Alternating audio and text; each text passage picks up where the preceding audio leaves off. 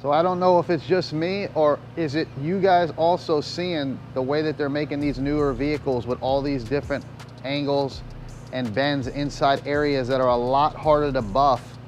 So I've been working on trying to get something here to polish things up and get them a little bit easier for us, because with all these newer cars and all these different type of body lines that they're making, I did an i8 the other day and it actually had like a cavern inside the actual quarter panel that if you had to get in there, it'd be almost impossible. So I've been working on getting a different setup on how to get into some of these smaller areas and making different type of action on the actual polishers and drills.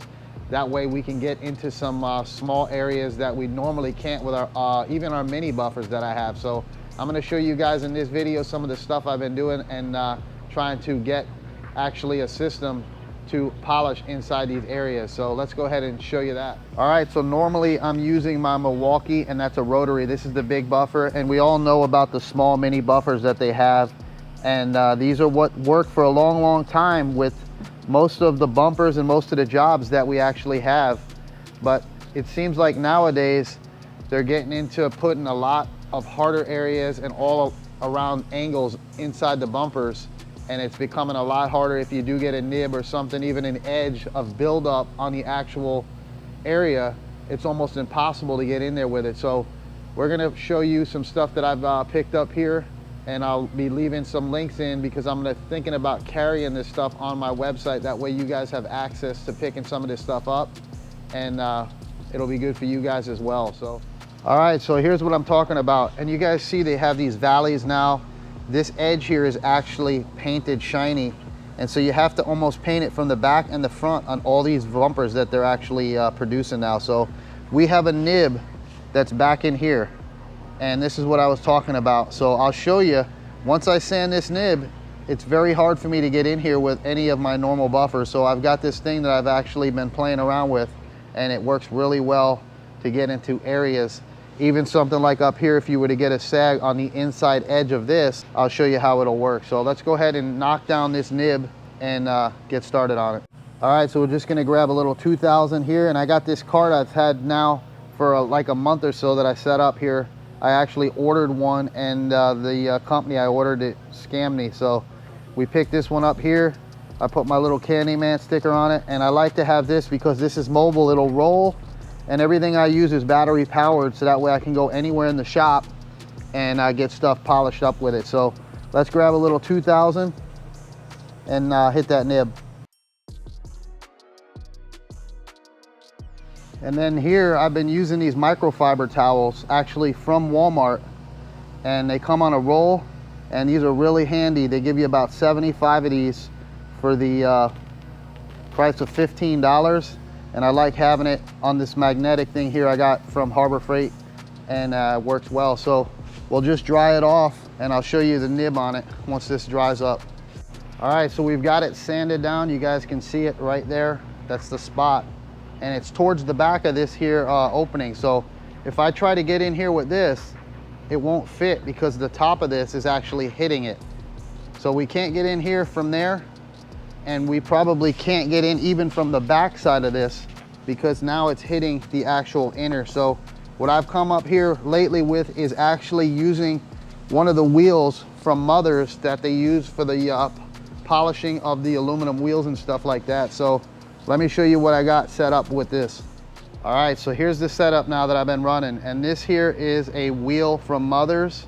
This wheel goes for about $25. That's why I was telling you I'm working on different pads that you can purchase and use, and it'll come in handy on stuff like this. So let me show you guys how this fits right in here now. So see how this here goes right in without having any problems, and we're way away from the actual bumper now.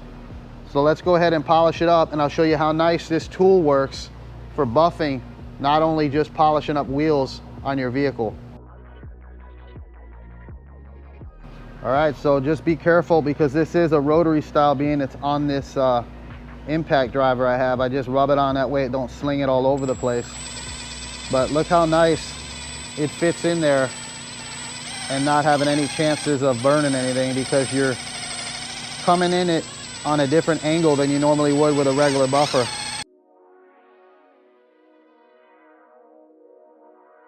All right, so you guys can see here that that fit in there really nice, and it saves your arm. If you had to polish this by hand, it would definitely take a lot longer.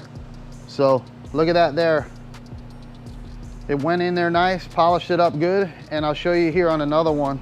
We'll do a spot on this side here that's sanded as well, and I'll show you how nice it polishes it up. So once you get done with the buffing stage, step it down and use a different pad and use your polish.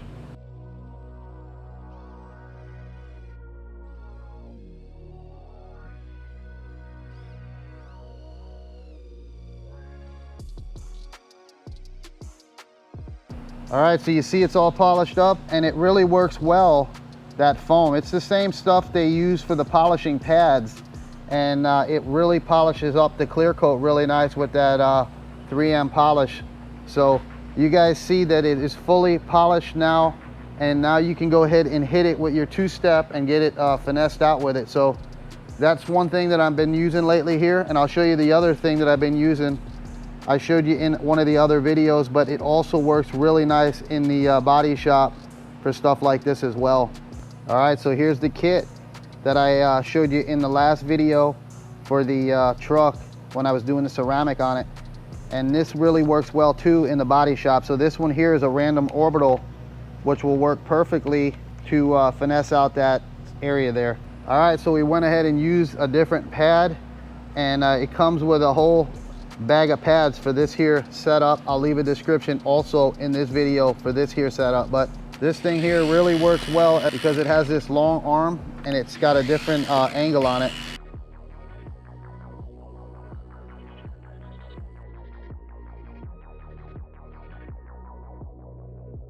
Also this one here, so this would be a bad spot to get a dirt nib in it, and but something like this, if you had a polish in here, would really come in handy and save you a lot of headaches. So sometimes areas like this will like to pull up, and you'll actually get maybe like a little nipple on the end here, and you might have to polish it. So something like this to have in the body shop is definitely going to come in handy in time of need of that. So I've been just working on quite a few different things to have just in case we have these tight areas, because these newer vehicles are definitely coming up with a lot more angles on their bumpers and a lot more things that are harder. So with this new technology, we got to come up with new ways of doing things to get a good job. And I know a lot of guys would say, why would you polish that down inside that area there? Well, that's the quality work that we want to do. So you want to be able to get access to all the nibs if you have them, and be able to treat them without burning it. So all right, so these are the other pads that I've been using lately and experimenting with. And these are the ones that we're going to be putting on my website, KANDYLAND, and that way you guys have access to picking them up. And these ones here just go in your normal drill, and you'll be able to get into tight spaces. So we got a different variety of them, shapes, different colors, and I think these will come in handy for you. Also, I wanted to show you this here bumper. So this here bumper has the holes in it for the fog lamps, and this is another bumper that cone works really well in, because you can slip it right inside the hole there, and even on this air dam, it lets you get in there without having any problems. So this is the kind of stuff that I'm telling you we're seeing now in the collision industry.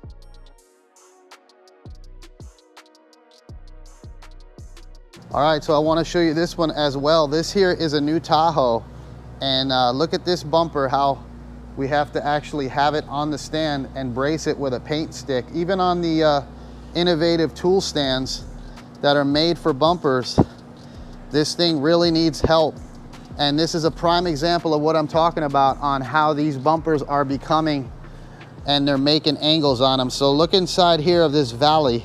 If you had something that was landed in here, or you even had a sag, because of the way that they're making these with all these body lines in them, it'd almost be impossible to polish it out. But with that setup now that I'm using, I'm able to get into stuff like that. So I figured I'd show you guys this one, because this one here will be going in the booth. Hopefully we're not going to be polishing this one out tomorrow with that setup, but if we have to, we are capable of doing that now with all the little stuff that I've been getting and using. It's definitely changing a lot with the bumper covers, and this is just one strip in the front of this bumper that actually keeps it from flopping around like a fish. So if you need any of the stuff, check out the website. I'll have it up hopefully here in the next week or two for the little polishing pads. And if you need this cool set that comes with both of these here, I'm gonna leave the link again in this here video. Just thought I'd show you what's going on here and what I've been doing lately to try to help out some of these bumpers to get polished up good and be able to get out of them in case we get a dirt nib in an area that we can't reach. Now we're able to handle that well. So hope you guys like this one, and we'll see you guys on the next one.